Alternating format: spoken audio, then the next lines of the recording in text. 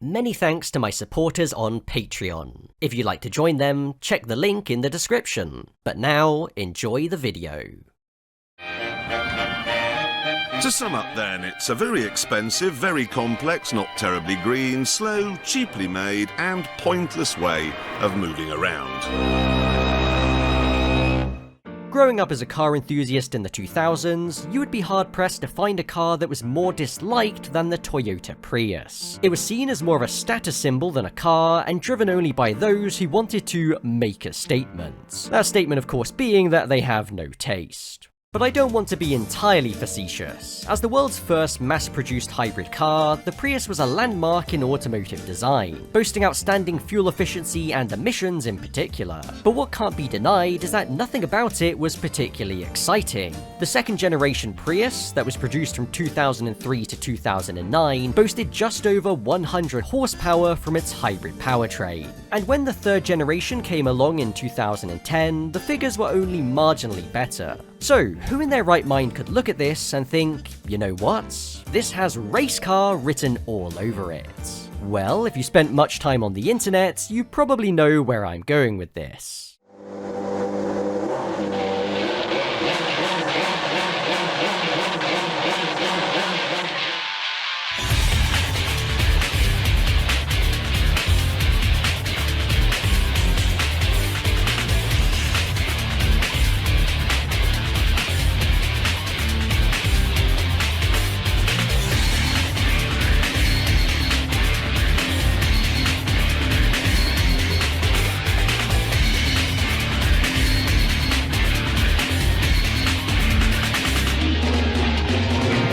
The Toyota Prius was campaigned for several years in Japan's Super GT Championship. A favourite among listicles highlighting the weirdest race cars of all time, the story of the Prius is one that I feel has never really been done justice. Because, for as strange as this car is in concept, do you really know all that much about its story? Probably not.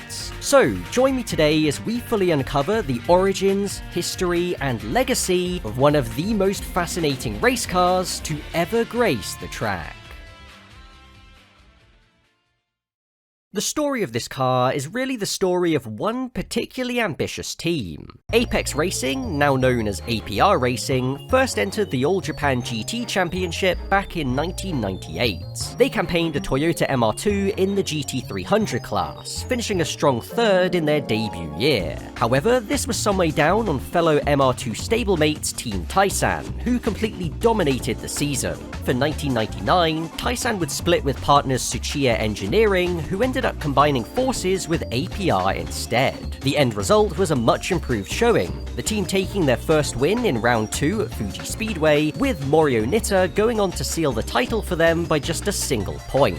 Their sudden rise in GT300 drew attention from Toyota themselves, who decided to collaborate with APR directly from the 2000 season onwards. Now operating as a semi-Toyota works team, APR had access to Toyota's brand new MRS model to base their race car on. It's with this car that APR would establish themselves as one of the most consistent GT300 frontrunners. They would win the title again in 2002, 2005, and 2007, all with the MRS. Part of the team's tie-up with Toyota also included access to their pool of development drivers. For example, their 2007 championship lineup was Kazuya Oshima and Hiroki Ishiura, two drivers that would go on to also become GT500 champions with Toyota, as well as future Formula 1 driver and Le Mans winner Kazuki Nakajima. The 2000s were something of a golden era for APR. As well as running 2 MRSs from 2003 onwards, the team also ran the unusual ARTA Garaya until the end of 2010. Across 7 seasons, the car would win on 7 occasions and finish in the top 4 in the championship an impressive 6 times. But 2009 would see the team finally retire their trusty MRS. However, the car they chose to replace it with would be anything but conventional. The Toyota Corolla Axio was a shortened version of the Corolla sold only in Asian markets. There was even a higher spec GT version, and it would be this model that APR would choose to base their new GT300 Challenger on. However, when the car itself was unveiled at the 2009 Tokyo Auto Salon, that point wasn't entirely obvious. The car had been completely transformed, only bearing a passing resemblance to the real Corolla Axio. It was impossibly low, a point made clearer by how the wheel arches towered over the front section of the car. This was made possible thanks to its naturally aspirated V6 engine being mounted in the back.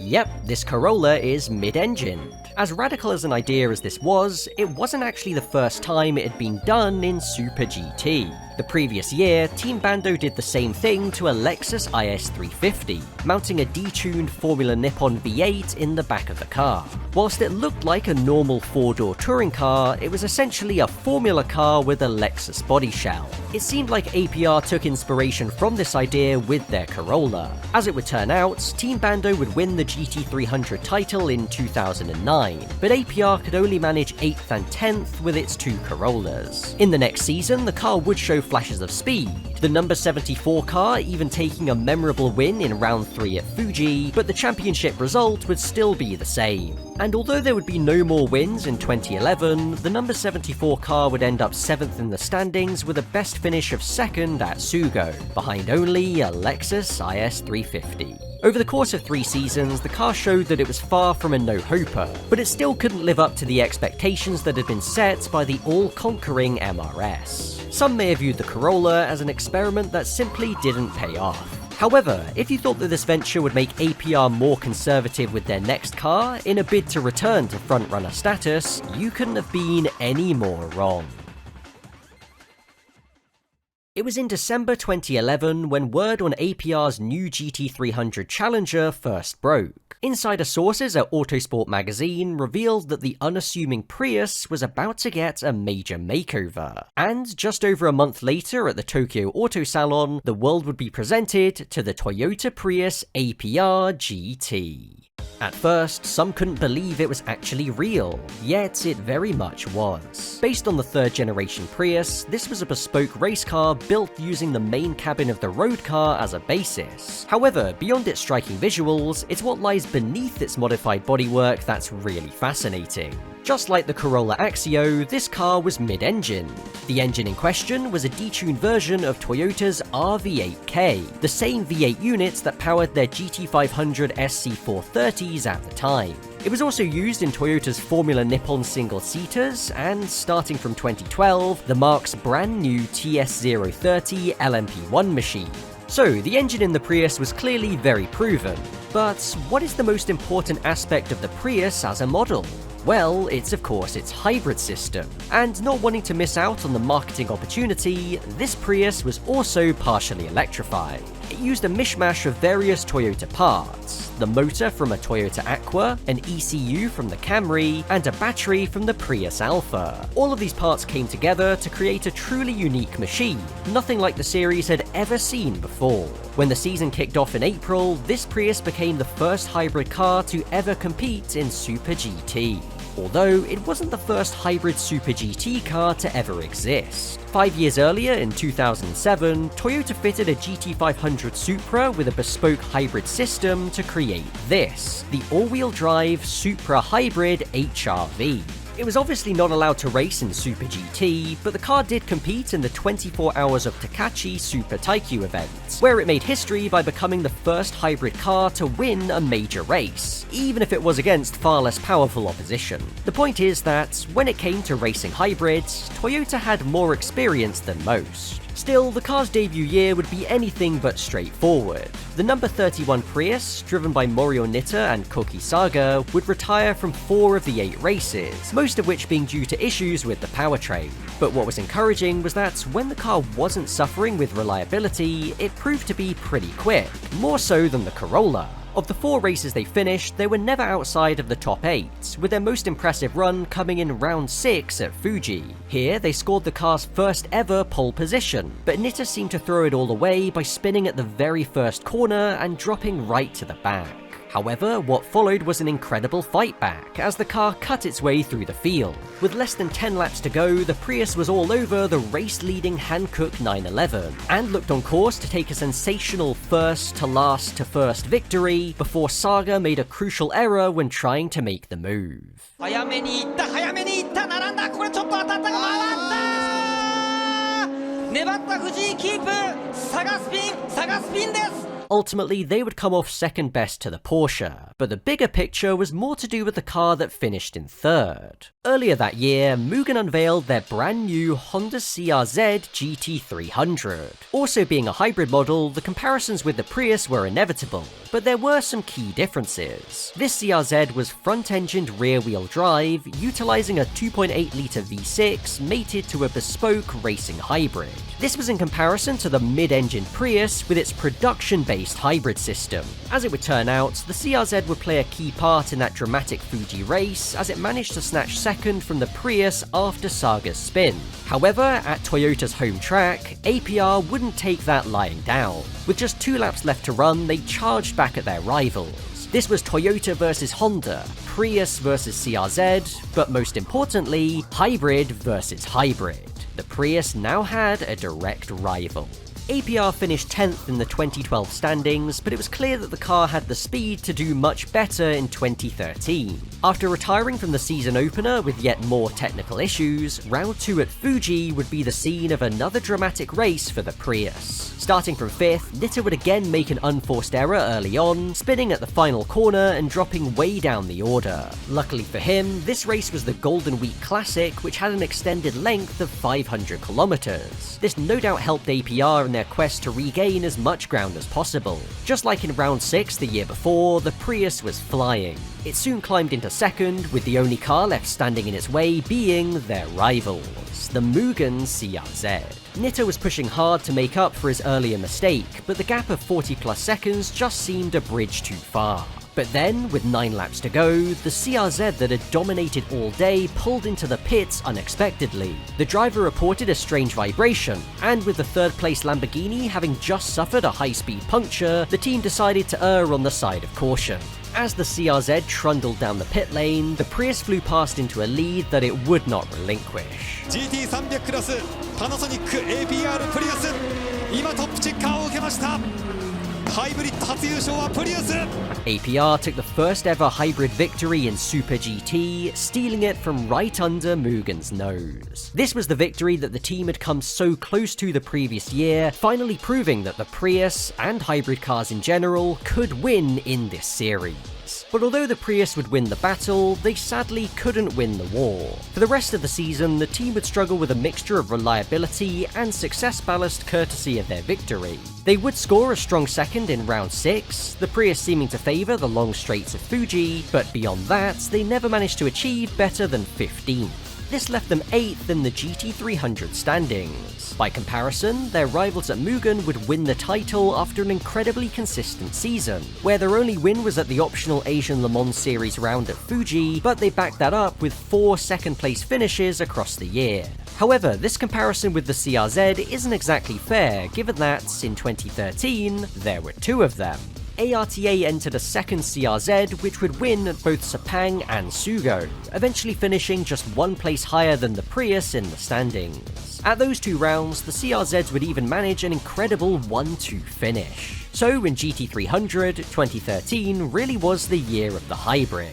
Despite there only being 3 of them on the grid, hybrid cars would take 4 wins in total and the overall championship. APR would continue with the Prius into 2014. Reliability would still prove to be an issue, with DNFs in 3 of the first 4 races, including the season opener where they had qualified on pole. The car was proving to be fast but fragile.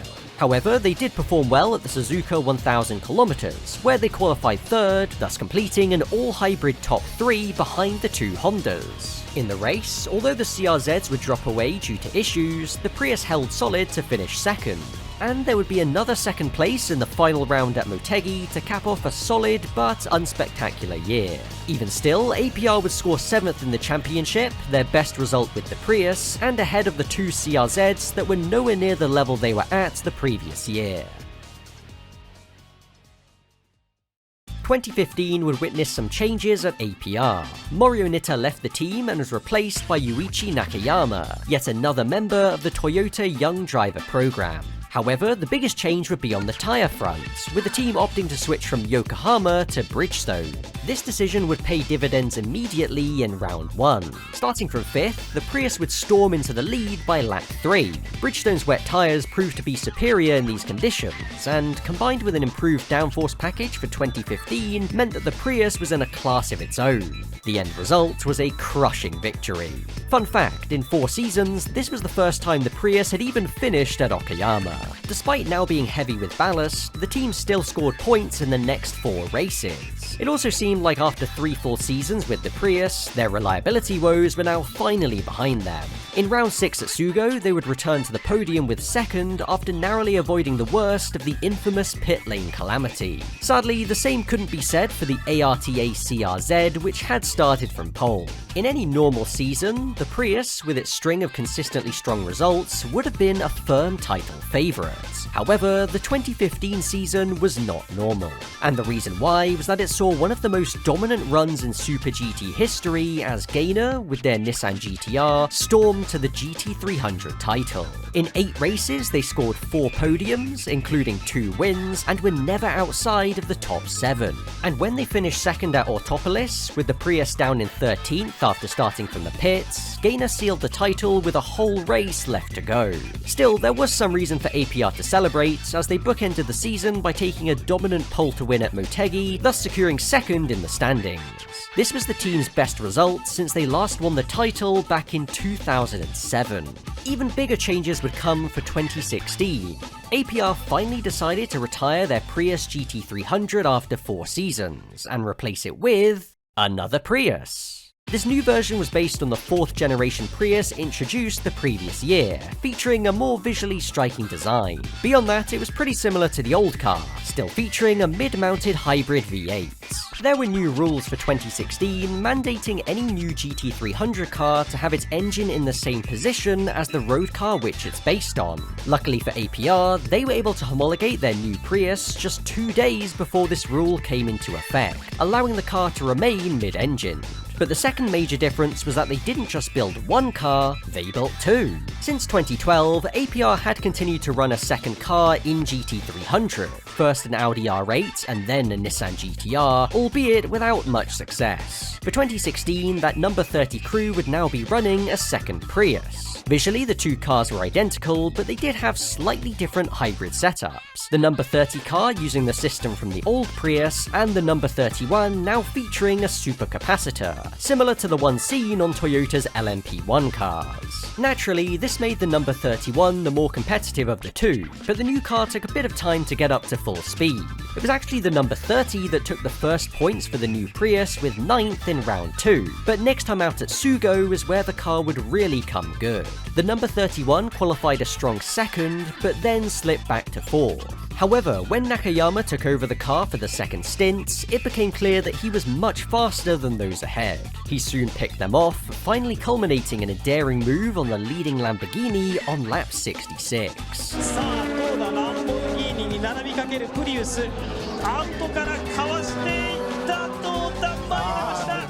You've just watched a Toyota Prius overtake a Lamborghini Huracan, only in Super GT. And this would be the winning move, as the race was red flagged just a few laps later, giving the new Prius its first victory in only its 3rd attempt. All in all, 2016 was one of highs and lows. Alongside this win, the number 31 car would finish 2nd twice, including at the Suzuka 1000 km, but they would also fail to score points on 4 occasions. But much like the previous year, they would still finish 2nd in the standings, some way off the champions, the Sachiya Engineering Toyota 86. The number 30 car would be ranked 18th. At the end of 2016, the Prius would also race outside of Super GT for the first time, when it competed in the Sepang 12 Hours in the GT3 Pro class. The Seoul car qualified 11th, but their race would go off the rails after just over an hour. That's the Prius that has had a spin. It is number 30 with Koji Saga at the wheel. Why did he not put the brakes on? Why did he allow it to run back? But all he had to do was put the brakes on. And he just lets it roll back. I mean, it's a long expanse, that. David, you think you're doing your driving test. You know, you're not doing your driving test. Just Anyway. Yeah, not the greatest piece of driving I've ever seen. The Prius would eventually finish the race in 24th and last of the classified finishers. It's worth noting that, by now, the Prius was alone when it came to hybrid cars in GT300. Much like the original Prius, the Honda CRZ was retired at the end of 2015, however, it wasn't replaced. With Honda also removing the hybrid system from their GT500 NSX at the same time, this left the Prius as a total outlier in the series. After finishing second in the championship for 2 years running, big things were expected from the Prius in 2017. In the lead number 31 car, Nakayama left the team for rival outfit LM Corsa, and in his place came the lesser experienced Rintaro Kubo. In round 5 at Fuji, the number 31 Prius qualified 6th and then battled its way up to 3rd. However, this would be the only highlight in a season where the car lacked in pace as much as it lacked in good fortune. The number 31 car would rank 15th and the number 30 24th. This was APR's worst season result since it joined the series almost 2 decades prior. Keen to not continue this form into 2018, Kubo was dumped from the number 31's driver lineup, and in his place came Kohei Hirate. Hirate was part of the former APR alumni, having made his debut in Super GT with the team in 2008. After that, he was promoted to Toyota's GT500 ranks, winning the title in both 2013 and 2016. So if there were anyone up to the task of leading APR back to the front, Hirate was the man for the job. The season started encouragingly at Okayama. The number 31 Prius qualified 7th, and in the hands of Saga, fought its way up the order to soon challenge the leading Audi R8. There was even a bit of unintentional teamwork with the number 30 car when the R8 would get caught in a Prius sandwich. Unfortunately, their strong run would come to naught as the car suffered a terminal drivetrain issue just a few laps later. Next time out at Fuji, a track where the Prius always ran well, the number 31 again started from 7th and was then able to leapfrog its way up to 2nd with a clever strategy. Even more impressive was their run at Chang International in Thailand. Starting way down in 14th, they made solid progress to run 3rd with just a handful of laps to go. Hirate applied pressure to the BMW in front, trying to force a mistake, but it wouldn't be the driver that cracked.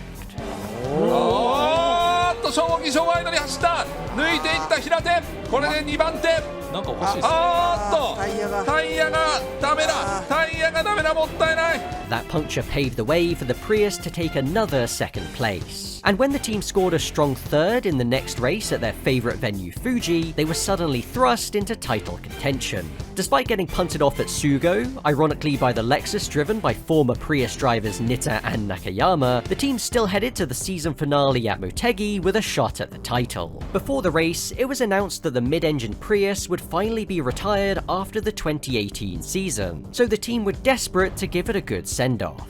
From their modest qualifying of 8th, they continued the trend of moving forward in the race, soon picking off the Leon Mercedes, who were one of their key title rivals. Knowing that anything short of a victory wouldn't get them the title, the team risked it all with their strategy. Eventually, all of the other GT300 frontrunners had made their pit stops, but the Prius just kept on going. Finally, after roughly 2/3 distance, Hirate brought the car in and handed over to Saga. Crucially, the team decided not to change tyres in a bid to gain as much track position as possible. But when the Prius rejoined, they were just barely behind the Leon Mercedes.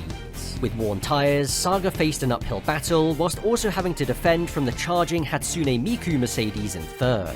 As the cameras focused on the nail-biting title showdown in GT500, almost the exact same scenario was playing out in GT300. If the Prius could make the move, the 10-point swing would be enough to tip the scales in their favour. In spite of his 50-lap-old tyres, Saga managed to keep the Mercedes in his sights, but there simply wasn't enough time. The Leon Mercedes crossed the line to win not only the race, but also the title. In the end, Saga came within just 2.5 seconds of giving the mid-engine Prius the ultimate send-off.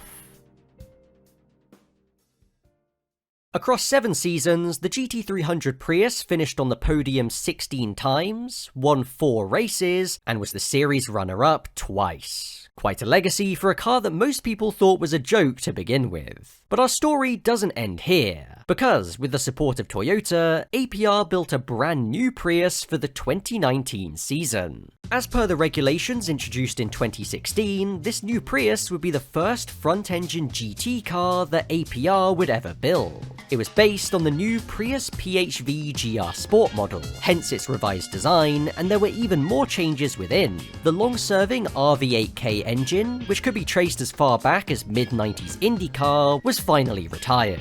In its place came the 5.4-litre V8 already used in the Lexus RCF GT3. If the previous car sounded very un-Prius-like, this new one was somehow even worse.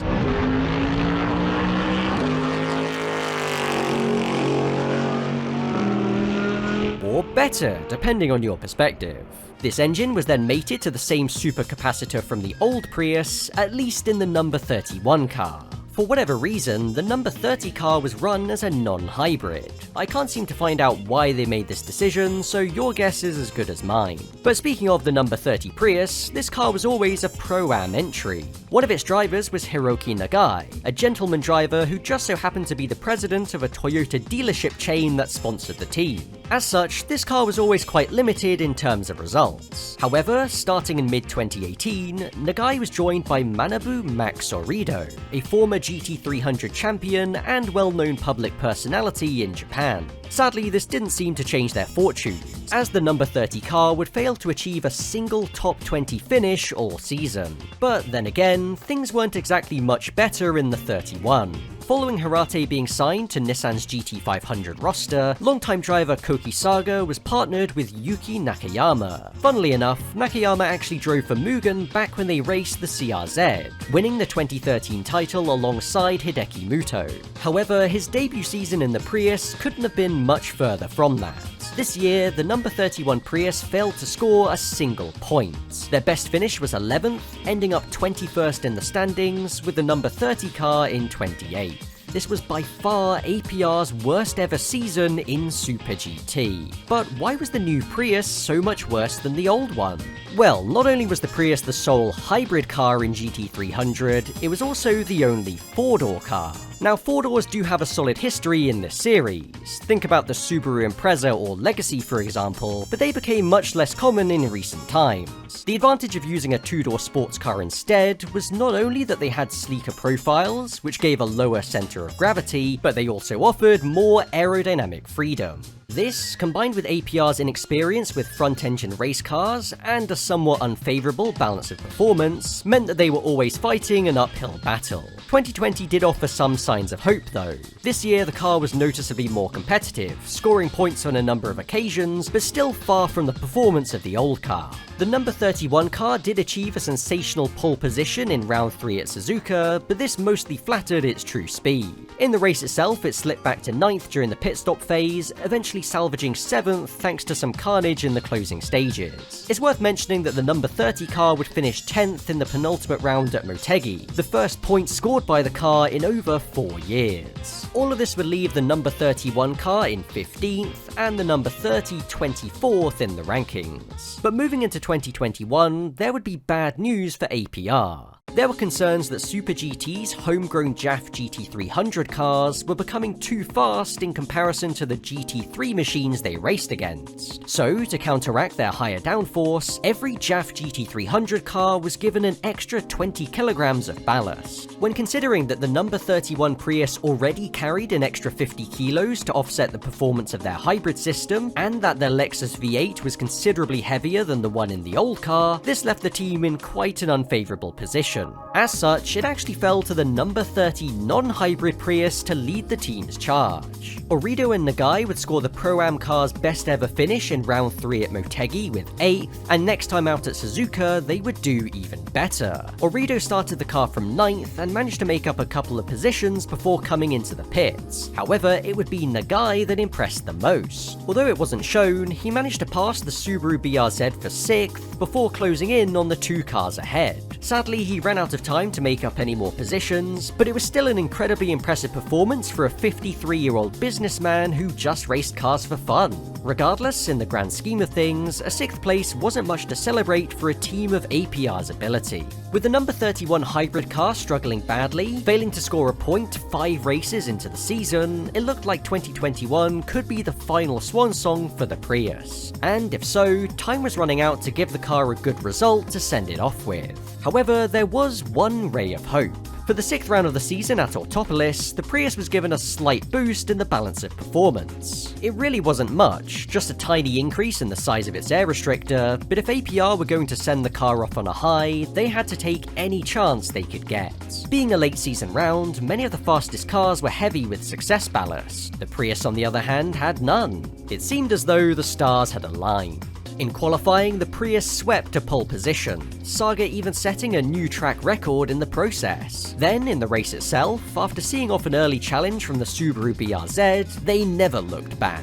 Saga and Nakayama utterly dominated the race to take the first win for a Prius in more than 5 years. It was the first win outright for the front-engined Prius, and also, realistically, its last. After this race, the car had its performance reverted back to how it was pre-Autopolis and never troubled the point scorers again. In the end, the hybrid Prius would be ranked 13th, with its sister car just cracking the top 20. In early 2022, APR unveiled their new GT300 Challenger based on the Toyota GR86. This car was of course the replacement for the Prius, but only one of them. The number 31 hybrid car was granted a stay of execution for one more season before finally being replaced in 2023, although in retrospect, maybe that wasn't a good thing. Following the Subaru BRZ sealing the championship the previous year, JAF GT300 cars were pegged back even further for 2022, and for a car like the Prius, which was already struggling massively, they had no chance. Their form dropped to the depths of their 2019 season, failing to register even a single point. The only notable thing about this season was the car's final race at Motegi. Whilst under the safety car, Nakayama was caught out by cars slowing in front and slammed into the back of a Toyota 86, completely destroying the Prius. It was a truly sad way to end the story of such an iconic car. In case you couldn't tell by now, I am, or was, a big fan of the GT300 Prius. To me, cars like this are what make Super GT so special. Well, that and the awesome racing action, of course. I think it's quite obvious why the Prius became such a fan favourite in Super GT. In many ways, it was antithetical to what the Prius itself stood for. A modest, economical, compact car, being turned into a fire-breathing race machine capable of going toe-to-toe with the finest performance cars on the planet. And yet, it still managed to maintain an element of humility. Of course, actually being a hybrid, the first of its kind in Super GT, didn't hurt its reputation. But I also think that, in some ways, people viewed this car as an underdog. Sure, it was run by a team that had already won multiple championships, and with direct support from Toyota themselves, but they were trying to race a goddamn Prius. How could you not love that idea? What also helped is that they weren't just there to make up the numbers. The Prius was damn quick. The mid-engined car, which raced from 2012 to 2018, was almost always a consistent front-runner, never once off the podium in any season. In fact, given that the car finished as the series runner-up in 2015 and 2016, and then barely missed out on the title again in 2018, there's an argument to be made that the Prius is the greatest Super GT car to never win a championship. Just let that sink in. For people who already liked the road-going Prius, or maybe even owned one themselves, it also gave them a team to root for. Of course, that's assuming that people who like the Prius actually watch racing, but I feel like sentiments have shifted in recent times. Remember that clip from Top Gear I showed at the start? If you look at the comments under that video, it's filled with people singing the praises of the Prius. It's clear that, once it was no longer stigmatized by eco-smugness, people were able to see this car for what it truly is. An impressively robust, dependable, and innovative piece of engineering. But beyond its rock-solid reputation, there is something else about the Prius that's become more apparent in recent years. The Prius is cool. Now, whilst I'd love to attribute this change in mentality to the influence of the Super GT Prius, outside of Japan, I don't think that's really true. I think it has more to do with the current automotive landscape. The market is awash with cookie-cutter crossovers and SUVs that all look vaguely similar and do roughly the same things. It's almost sad to say, but a car like the Prius is now interesting, not because it does anything inherently interesting, but simply because there isn't much else like it. Of course, that's not the only reason though. Despite its obvious capabilities, the fact remained that the Prius simply wasn't exciting. But to be honest, starting with the 4th generation introduced back in 2015, I've always liked the way it looked. And my suspicions were confirmed when Toyota unveiled the 5th generation in 2022, and almost everyone on the planet had the same reaction. Damn, that Prius looks good. And with a combined 200 horsepower, it's also decently fast. So in that case, how come APR decided to ditch the Prius now that it can actually be considered as an enthusiast car? Sort of. Well, that's an interesting point. With APR already introducing their GR86 in 2022, you might have expected that it simply would have replaced the Prius entirely for 2023, right? Well, the situation is a little bit more complex. You see, APR still maintains close ties with Toyota, who are keen to showcase their hybrid technology in Super GT. That said, it wouldn't be as simple as bolting a hybrid system onto the GR86 and calling it a day. Because the production GR86 is entirely internal combustion, from a marketing perspective that wouldn't really appeal to Toyota. This meant that APR would have to develop an entirely new car either way, and the model they eventually chose was the Lexus LC500H. This ticked the hybrid box, meaning that APR could simply just shove the same electrified V8 from the Prius under the hood.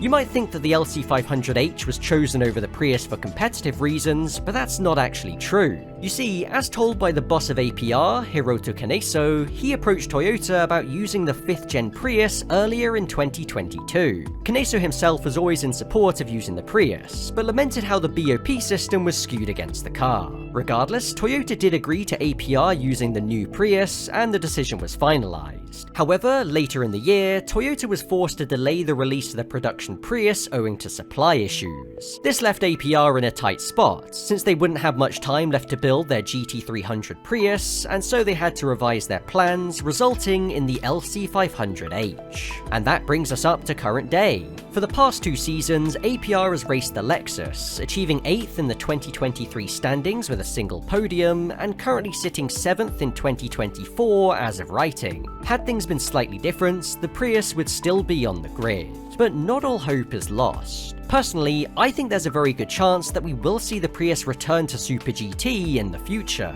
As I've mentioned, Kaneso is a big supporter of the Prius. Without his guidance, it would have never been brought to the series in the first place. He very clearly values there being a diverse range of machinery, something which Super GT became synonymous with, but has been somewhat lacking in recent years. Sure, we do have the GT500 Civic Type R, still flying the flag for 4-door cars, but beyond that, there aren't too many unique or interesting models to be found. In a way, the Prius was the last of its kind. I really do hope APR will bring it back one day, but even if they don't, at least we still have the memories from that brief period in time when a Toyota Prius became a racing icon.